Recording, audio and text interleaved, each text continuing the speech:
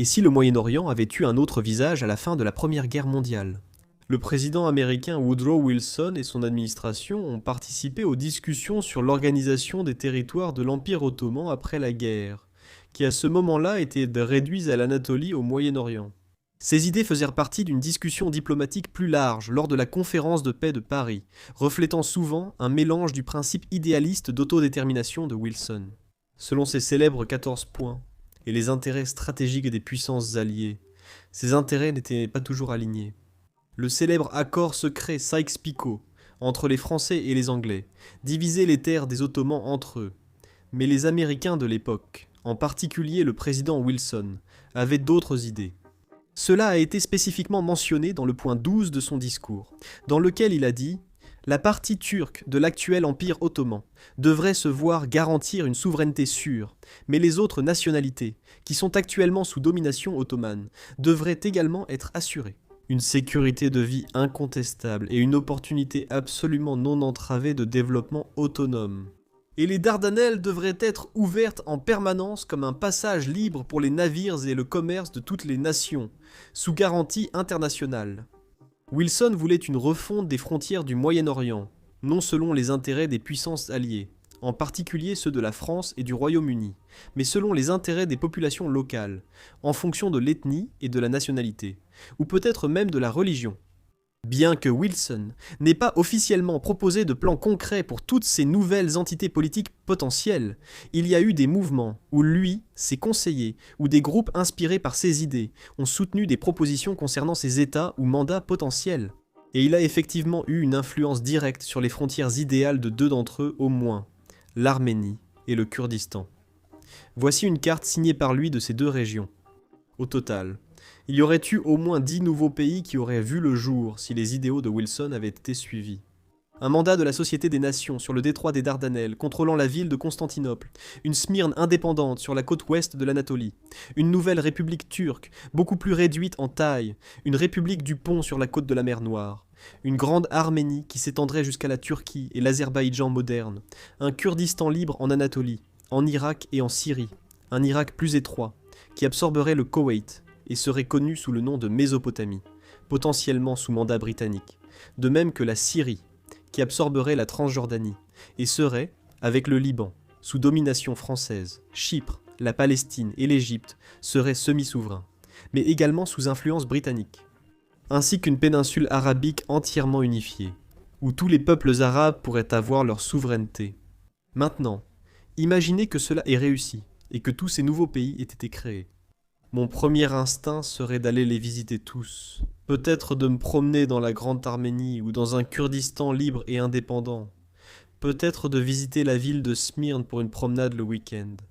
Avec une Arménie élargie, une Smyrne indépendante et un Kurdistan, ainsi qu'une Grèce agrandie, sans oublier la libre circulation dans les détroits.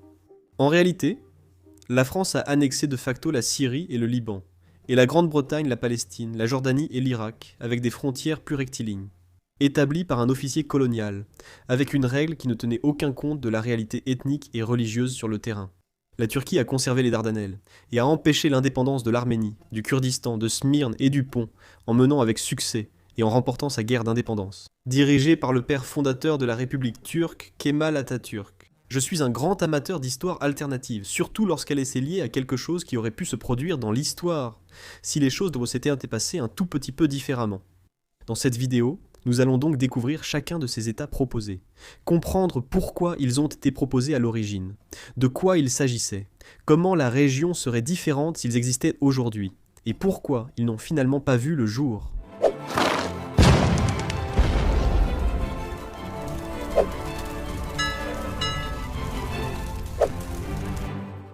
Commençons par la région des détroits. Constantinople, ou Istanbul, a toujours été un lieu clé. Elle contrôle le passage entre le Moyen-Orient et l'Europe. Elle contrôle l'accès de l'Ukraine, du sud de la Russie et du Caucase à la Méditerranée.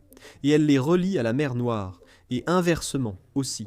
Cela en a fait, bien sûr, un point focal pour les intérêts alliés et internationaux, au point que Wilson l'a inclus dans ses 12 points, les 14 points du président Wilson. Il a insisté sur l'importance de garder ces voies navigables ouvertes à toutes les nations, proposant leur internationalisation pour assurer la libre navigation. L'idée était de placer les détroits sous un mandat international, éventuellement administré par la Société des Nations, afin d'empêcher qu'une seule nation ne contrôle ce passage crucial.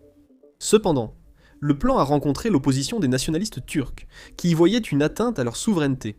Finalement, bien que le traité de Sèvres ait proposé un contrôle international, la guerre d'indépendance turque qui a suivi et le traité de Lausanne de 1923 ont abouti à ce que la Turquie conserve la souveraineté sur les détroits, tout en maintenant certaines dispositions garantissant la liberté de passage. Donc, au moins une partie de leur objectif a été atteinte. Ensuite, il y en a un qui m'a vraiment intéressé lors de mes recherches pour cette vidéo, c'est Smyrne. La ville de Smyrne, aujourd'hui Izmir, comptait une importante population grecque et revêtait une importance économique et stratégique. Les revendications grecques, soutenues par les puissances alliées, visaient à incorporer Smyrne à la Grèce, conformément au principe d'autodétermination de Wilson, ou à obtenir son indépendance, comme une sorte de cité-État. Lors de la conférence de paix de Paris, des discussions ont eu lieu sur l'avenir de Smyrne. L'occupation grecque en 1919 sanctionnée par les Alliés a cependant entraîné une augmentation des tensions et, finalement, la guerre gréco-turque. Le conflit a culminé avec la reprise de Smyrne par les forces turques en 1922. L'échange de population qui a suivi entre la Grèce et la Turquie, formalisé par le traité de Lausanne, a entraîné le déplacement de la population grecque d'Asie mineure vers la Grèce, et vice-versa, pour les populations turques. Des centaines de milliers, voire des millions de personnes sont passées d'un côté de l'Égée à l'autre. Dans ce qui est probablement l'un des plus grands transferts de population de l'histoire, l'idée d'une Smyrne indépendante est ainsi devenue caduque face aux réalités de la guerre et à ces transferts de population. Un autre exemple très intéressant aurait été la République du Pont, un État grec potentiel sur les rives sud de la mer Noire. Des colonies grecques ont été établies sur la côte du Pont dès 800 avant Jésus-Christ. Et à l'époque des conquêtes d'Alexandre le Grand, les habitants locaux étaient déjà fortement hellénisés. Les sociétés internationales de Grecs pontiques se sont rapprochées de la Société du Pont et ont commencé à faire un lobbying important et à pousser pour la création d'un État grec pontique indépendant. Suite aux résultats de la Première Guerre mondiale, cela a aussi été abordé à la conférence de paix de Paris. Mais le gouvernement grec d'Eleuthérios Venizelos craignait la position précaire d'un tel État, et il a donc été inclus dans le projet plus vaste de l'État de l'Arménie wilsonienne. Étrange, non? Même les Grecs étaient contre, jugeant cela trop vulnérable pour exister et trop éloigné pour aider.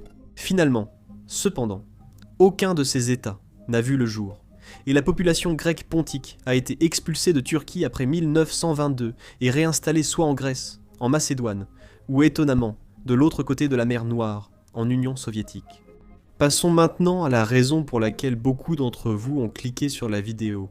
L'histoire de la Grande Arménie, ou l'Arménie wilsonienne. Historiquement, l'Arménie a occupé un territoire bien plus vaste qu'aujourd'hui. Et à la suite du génocide arménien, il y a eu un élan pour établir un État arménien sûr et indépendant. Après la Première Guerre mondiale, une occasion idéale s'est présentée. Le président Wilson a délimité ses frontières, donnant naissance à l'Arménie wilsonienne. Malgré le soutien de Wilson, le Sénat des États-Unis a rejeté le mandat pour l'Arménie en 1920. La guerre d'indépendance turque a empêché la ratification du traité de Sèvres par l'Empire ottoman et a conservé le contrôle sur ces régions, en battant les troupes arméniennes et en réprimant davantage l'idée de l'indépendance arménienne. L'autre grand cas est le Kurdistan, l'éternel non-pays. Le peuple kurde, un groupe ethnique indo-iranien habitant les régions montagneuses de l'Anatolie orientale, du nord de la Mésopotamie et de l'ouest de la Perse, avait longtemps conservé des traditions linguistiques et culturelles distinctes. Leurs aspirations à l'autonomie ou à l'indépendance ont également été reconnues dans ce traité de Sèvres, qui prévoyait un éventuel référendum kurde dans certaines parties du sud-est de l'Anatolie pour décider de la formation d'un État indépendant. Historiquement, les régions kurdes ont connu des périodes de semi-autonomie sous les Ottomans, avec des chefs tribaux locaux et des émirats. Lors de la conférence de paix de Paris, certains représentants kurdes ont proposé un État qui inclurait des parties de ce qui est aujourd'hui la Turquie, l'Irak, la Syrie et l'Iran. Cependant, les intérêts des alliés au Kurdistan étaient minimes comparés à d'autres mandats, et les divisions internes parmi les dirigeants kurdes, associés à l'opposition extérieure, notamment des Turcs et plus tard des Irakiens, ont également compromis sa faisabilité. Finalement, le traité de Lausanne ne fit aucune mention de l'autonomie ou de l'indépendance kurde.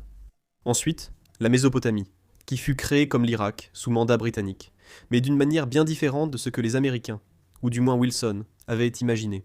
La Société des Nations a donné à la Grande-Bretagne un mandat sur la Mésopotamie pour guider ce territoire vers l'indépendance. Cependant, l'imposition d'une domination étrangère a rencontré la résistance de la population locale, culminant avec la révolte irakienne de 1920. En réponse aux troubles, la Grande-Bretagne a cherché à instaurer une forme de gouvernance plus acceptable en installant Faisal Ier, membre de la dynastie hachémite, comme roi d'Irak. En 1921, cela s'est produit. En 1932, ils ont obtenu leur indépendance. Le pays avait aussi des frontières un peu différentes de celles prévues, pour des raisons que je n'ai pas pu cerner. Peut-être parce que les Britanniques contrôlaient aussi la Transjordanie et cherchaient à relier ces territoires. Il en va de même pour la Syrie, sous mandat français dès 1920. Bien que l'indépendance ait été promise aux dirigeants arabes pendant la Première Guerre mondiale, la France a pris le contrôle du Liban, tandis que la Palestine est restée l'un des rares territoires à devenir un mandat britannique, avec les mêmes frontières prévues, ainsi que Chypre et l'Égypte, où rien n'a changé, et enfin l'Arabie. Cela correspondait aux idéaux de Wilson, et les Britanniques l'avaient aussi promis. Hussein Ben Ali, le shérif de la Mecque, un État arabe indépendant, en échange de son soutien contre l'Empire ottoman.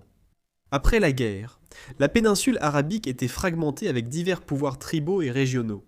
Les Britanniques ont appuyé divers chefs selon leurs intérêts, au lieu du plan initial, menant à la création de plusieurs États après la guerre. Cependant, la majeure partie de la péninsule arabique tomba sous le contrôle d'Ibn Saoud, qui créa le royaume d'Arabie saoudite en 1932, tandis que d'autres États restèrent ou devinrent indépendants à l'est et au sud. Donc, voici les pays proposés qui auraient existé au Moyen-Orient si le président Wilson des États-Unis avait obtenu gain de cause. Qu'en pensez-vous? Auriez-vous aimé voir l'un de ces pays être créé, ou pensez-vous qu'il valait mieux qu'il n'existe pas? Faites-le moi savoir dans les commentaires. Merci beaucoup d'avoir regardé cette vidéo. Merci à mes mécènes pour leur soutien direct et je vous dis à la prochaine fois, pour plus de culture générale.